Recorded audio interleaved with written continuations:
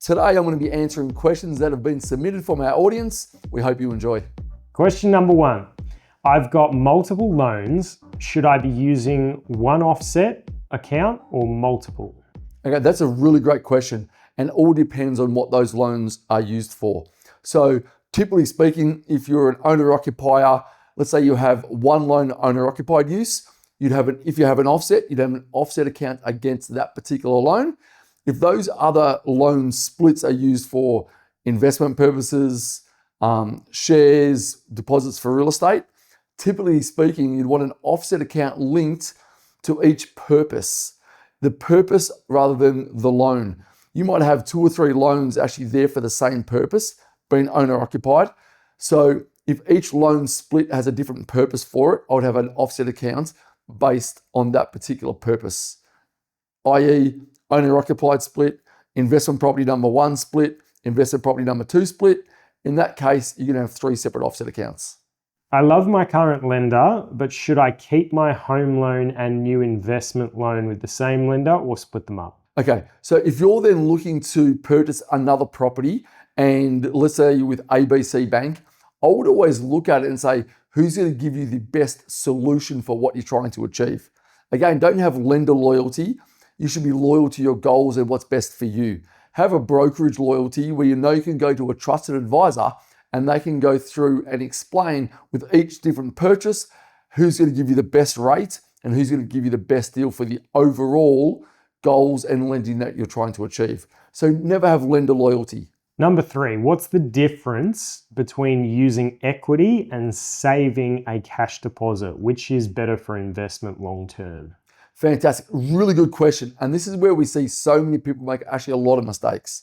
So to give you an example, let's say you have a $600,000 home loan for your principal place of residence and you have $150,000 saved up in cash in the offset account. So firstly, fantastic effort for getting $150,000. What a lot of people will then do is say, Martin, we're going to use the $150 as a deposit to buy a $150,000 investment property because we have that 20% there. This is actually the wrong way to do things. When you invest, if you have non-deductible debt being your home loan, you should actually use that cash, pay your home loan down to $350, a $500,000 home loan, take the $150, pay it down to $350, then set up an investment facility of $150,000 that if used for the investment property, it's fully tax deductible.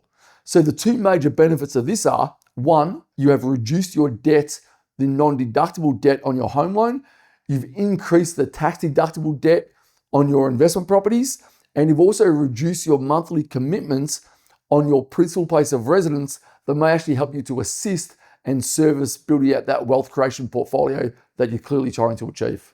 Question number 4. How can I keep borrowing if my income hasn't changed, but I want to keep investing? This is a great question. And again, a very common mistake most people make is they go out and they speak to their accountant, I want to buy an investment property. The accountant has their best interest at heart, which is normally how do we save you tax, not grow your wealth, not understanding the structure from a lender's perspective and how to actually build out that portfolio. So one of the most important things you should do before embarking on any investment property journey is to work out where you're actually trying to get to 10, 15, 20 years down the track and work backwards. What we tend to find, if you do that, most people should end up buying their assets inside of a trust or a company because it actually maximizes your lending for future borrowing. If you buy them all in your individual name, you dramatically decrease how much you can borrow in the future. So if you're buying 1 or 2 properties and that's it, that may be the best way to go. But if you actually have larger plans and want to continue to grow out a portfolio, really important to make sure you have those entities structured correctly that enable you to continue to borrow into the future. Always plan from day one before you take any action. Question number 5. I'm buying my first home, but I plan to keep it as an investment property long term. How should I structure it? Really good question. Again, this is something we see people make a mistake of because they're just not aware. So if I was buying my first home and I knew I was going to live there for say 4 or 5 years, keep that asset and then go buy a larger family home, the way you pay that property off or build up equity needs to be done in a very specific way because it can affect your tax deductibility of the debt in the long run. Give you an example. Let's say you've borrowed $500,000 for a property, you have great income, and you're actually able to save, call it $5,000 a month.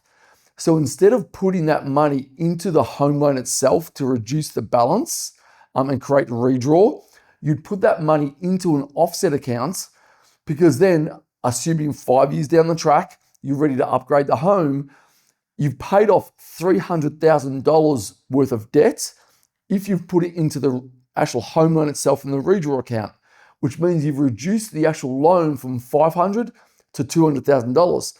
If you then pull that equity back out and use that as your deposit for a principal place of residence, the tax deductibility on that existing property, even though the loan goes back to $500,000, is only $200,000 because you've used those funds where you've drawn out for personal use. On the other hand, if you had to put it into the offset accounts, you've technically had the same outcome where you've reduced the loan or the interest payable on the loan to $200,000. But when you use that money, because you didn't technically pay the house off, the loan goes back to $500,000 or the interest payable on it, and that becomes fully tax deductible, which is a much better outcome if that remains as an investment property into the future. If you have a question or something you'd like me to answer or look at, make sure you leave a note in the comments and I'll make sure I get around to that in a future episode.